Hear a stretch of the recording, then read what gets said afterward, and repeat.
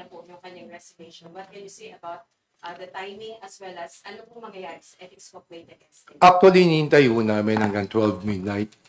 Itong pag-submit sa amin, pagbigay ni Congressman Pido Garbin ng kanyang resignation, kami lahat ay nabigla.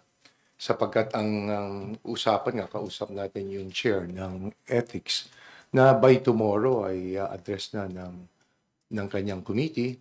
At ang next step namin ay sana i-suspend namin si Congressman Saldico. At kung hindi pa rin siya makikipag-cooperate hanggang umabot na ma-expelled. Pero nagain nga ng kanyang resignation. Kaya ang tingin namin dito ay bahala na ang Department of Justice at ganoon din ang ICI kung anong pwede nilang ipataw. Pero kailangan talagang bumalik siya sa lahat ng paraan na magawa. Dapat mapabalik siya at managutan siya sa mga issues laban kay Congressman Saldico. Magandang gabi po. Kaninang umaga nagkaroon po ng meeting ang Committee on Ethics at tinalakay po namin ang bawat kaso na nakasampa po sa aming committee at kabilang na po dito ang kaso ni former Congressman Zaldico.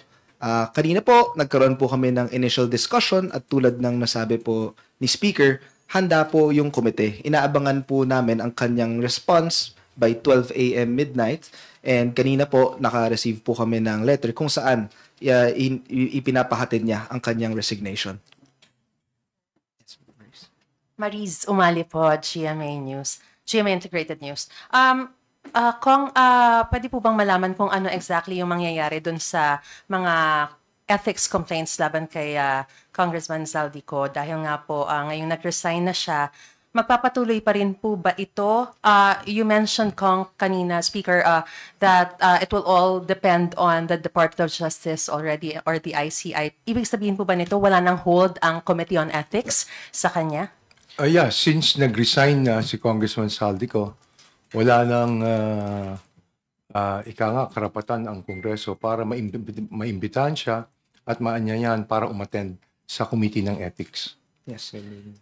Thank you, Ma'am Marie, sa inyong katanungan. Ayon po sa Section 2 ng Internal Rules ng Committee on Ethics, the Committee on Ethics has jurisdiction over duties, conducts, immunities, rights, as well as the reputation and integrity of the House and any of its members. Since naipahatid na po ni former Congressman Ko ang kanyang resignation, in effect, nawalan po ng jurisdiction ng Committee on Ethics. Kaso lang po, kahit na wala ng jurisdiction ang Committee on Ethics, hinihikayat rin po sana namin na harapin po niya ang mga kasong hinaharap niya dahil serious po ang mga allegations na ito.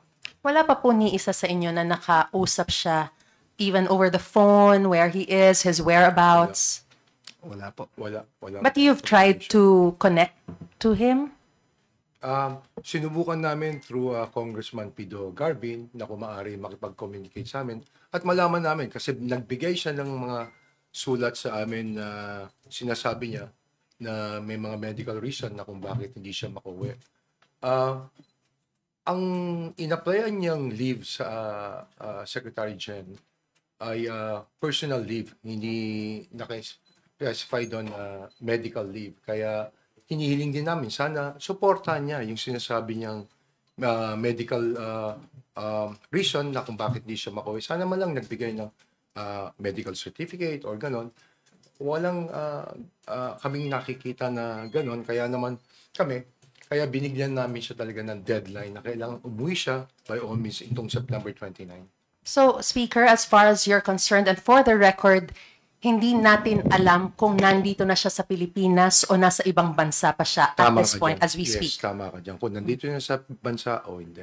And we can check naman kung meron na sa entry sa immigration kung nakapasok siya sa ating bansa. And based on your checking, wala pa? Wala pa naman. Wala pang pumapasok dito sa bansa na Zaldico.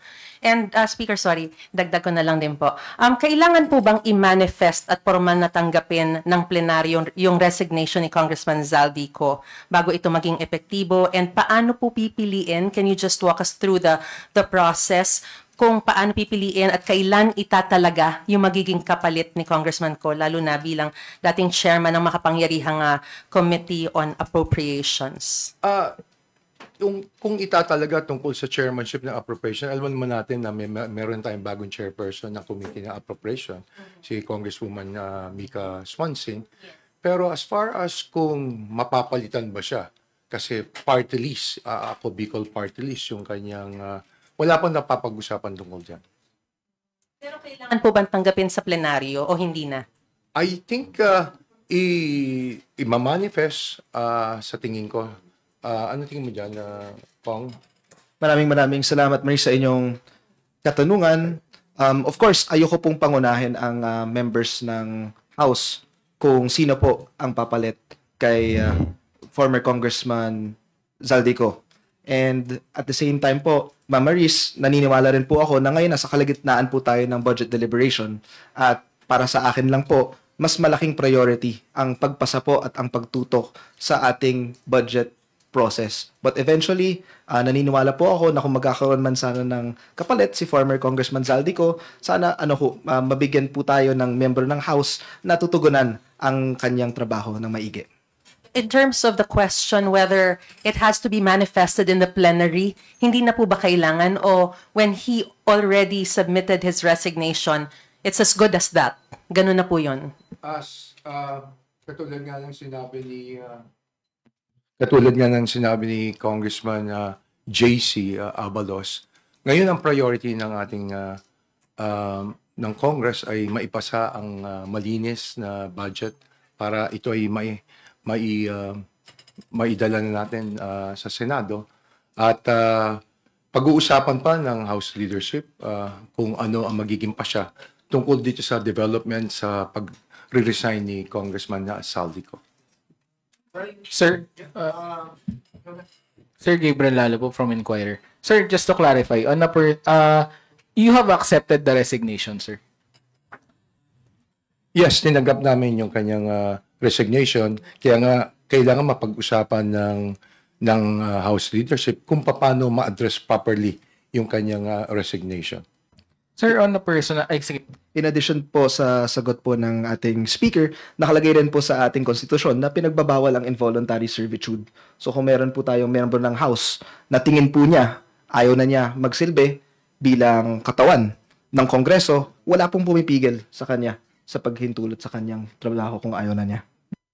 Sir, on a personal note, did you feel na parang it's an evasion of accountability or a call or the House's call for accountability? Saka sir, paharap na lang daw po sa camera pagsasagot. Thank you, sir. Para sa akin po, yung evasion po of accountability, wala naman yan kung miyembro ka ng House o hindi. Because in any case, the Committee on Ethics is not the only area for recourse or justice. In any case, anyone can still file a civil or criminal case against any member or against any former member of the House of Representatives. Kaya kahit na nag-resign si former Congressman Zaldico, that doesn't exempt him from accountability. Last question na po. Last question. Senator Hindi ko napakinggan. Senator Escudero said today, former Speaker Martin Romualdez po, dangled kumaga public funds to gather support for the impeachment of the Vice President among House members daw po. I understand you belong to the signatories of the impeachment complaint.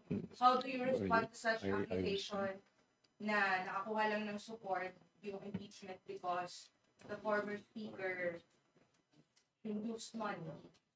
How do you respond to that? Una, hindi ako kasama dun sa 19th Congress. Maybe si Kong JC.